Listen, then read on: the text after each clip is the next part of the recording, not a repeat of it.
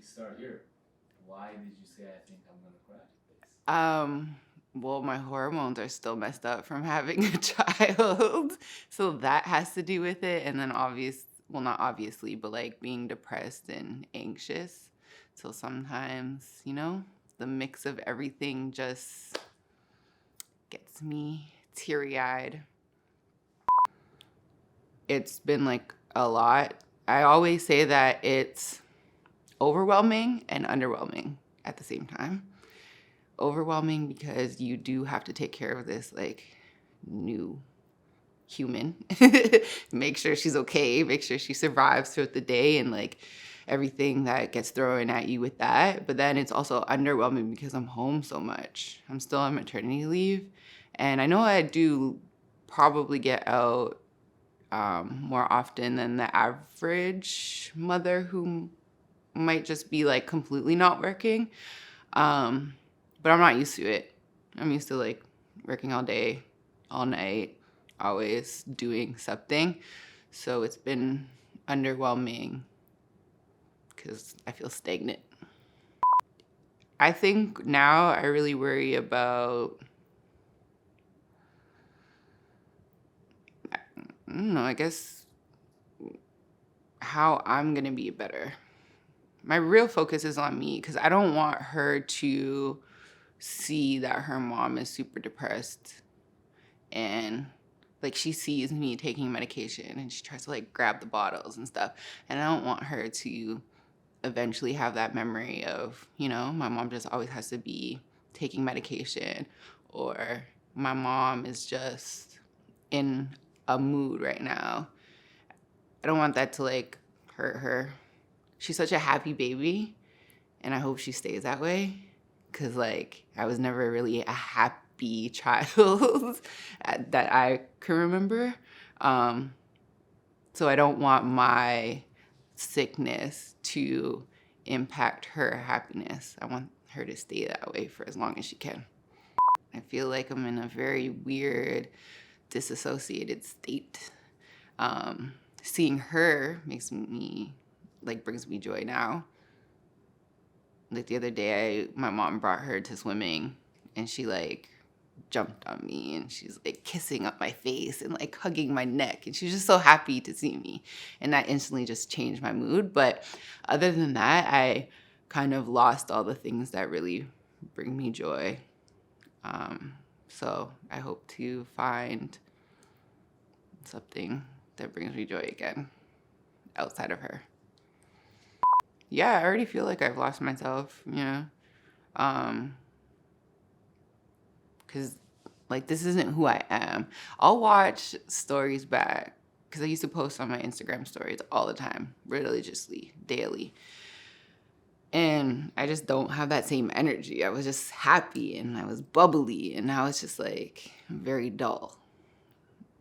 I can turn it on for short periods of time, but yeah, overall I'm just dull. So I definitely think it makes me sad that I'm not necessarily the same, but that's something that I have to work on. I have to figure out how I can get into a new good place, because I know that I'm not going to be the exact same as what I was before, That's been difficult.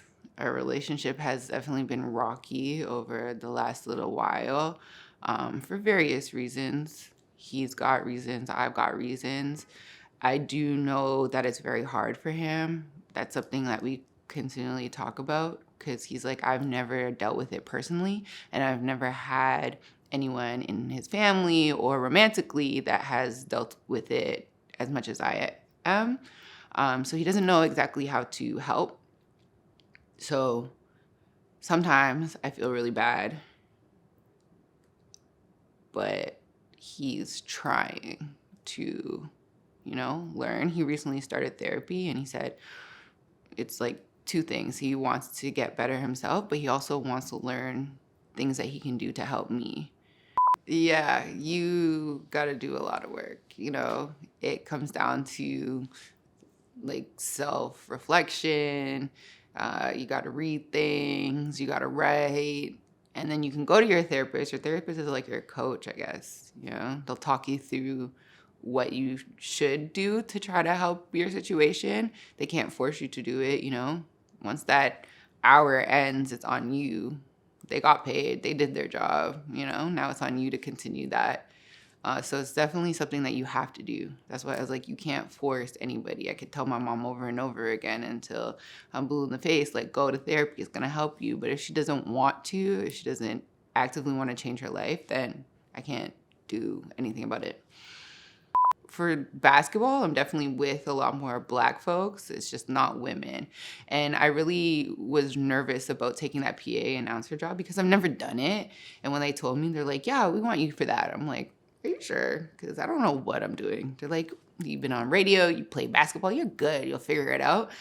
And once I started and I realized how there's no women in it, I was like, okay, now I'm determined to continue to do this because I want another young girl who's in the audience who is a fan of basketball, play basketball, whatever, to hear my voice, to hear a woman over the PA and be like, oh, I could do that. Like, maybe that's my goal. That's my dream. Because this was never on the vision board.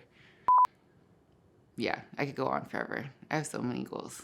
By the way, as soon as you start talking about the goals, all snobs, huh? I'm obsessed with my career. I guess that's what makes me joy, like brings me joy when I get to do those things, when I get to check them off. Even though I'm so hard, like I'll check it off and then I'll be like, okay, what's next? And I never really live in that moment. So that's something that I do need to be a little bit more conscious of and be more present when I get those things. Because I never think it's good enough, you know? I'm always like, no, it has to be bigger. I have to be better. So, but it makes me happy. It does. I want my daughter to be super proud, you know, and I want her to be able to grow up saying, I could do whatever I want. Just because I haven't seen somebody in that position doesn't mean that I can't do it. So that's what I really thought about. That was my thought process when I got offered the position and I was hesitant. I was like, okay, how would I want Nola to navigate this when she gets presented an opportunity that she's never done before? Do I want her to like back out and be scared, or do I want her to like face her fears and go head first? So yeah, and then there's gonna be other people outside of my girl who's gonna get motivated, and I absolutely love that. Life is bigger than myself. I used to be so shy. I used to try to back out of assignments, that like public speaking assignments.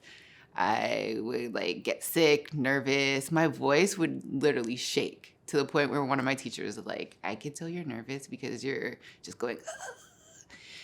And yeah, that's why I went into radio, because people would look at me and they'd be like, oh, you're so beautiful, you're so this, you should have all the confidence in the world. And I didn't. And so I told myself, I'm going to go into radio. And if the only thing that I get out of it is the confidence to be able to speak to people, then I feel like it was a success. So I've got that and I got more. I'm very happy. But when I see people who've known me, they're like, you really did that? I'm like, yeah, not the same girl.